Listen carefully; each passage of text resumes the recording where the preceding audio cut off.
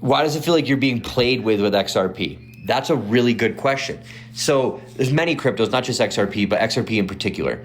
I think it feels like you're being played with because I think that there's something bigger behind XRP than anybody really even imagined. Most people, all those people, those XRP maxis, the ones that are like, all those crazy XRP maxis, the ones that we all looked at like, bro, relax. Like, we understand the significance of this project, but like, calm down, right?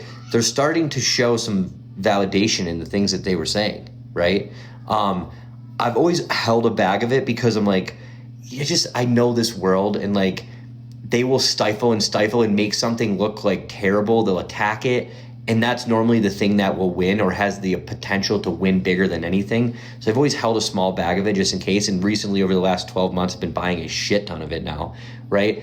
And so I start to see these things and feel these things as well. And if I had to make an educated guess, I would say that it's more of a psyop, right? They don't want you, they don't want people, right, to beat them to the punch. So they'll again, just like the SEC fought XRP for the longest time, right? They chose XRP out of all cryptocurrencies. They chose Ripple to fight Ripple and XRP. Out of all cryptos, that was the one they chose, right? Why did they do that? One, it bought them more time, right? And there's two sides of the story. And maybe it's both, maybe it's one, right? Because sometimes you got to remember, like, I mean, you know, the billionaires of the world, the trillionaires of the world, the ones that control the world, they fund both sides. You know what I mean? They fund the good guys and the bad guys, right? That's how they stay in power. They keep us fighting, right? So the same kind of concept can go for investing in assets, especially, you know, something like XRP.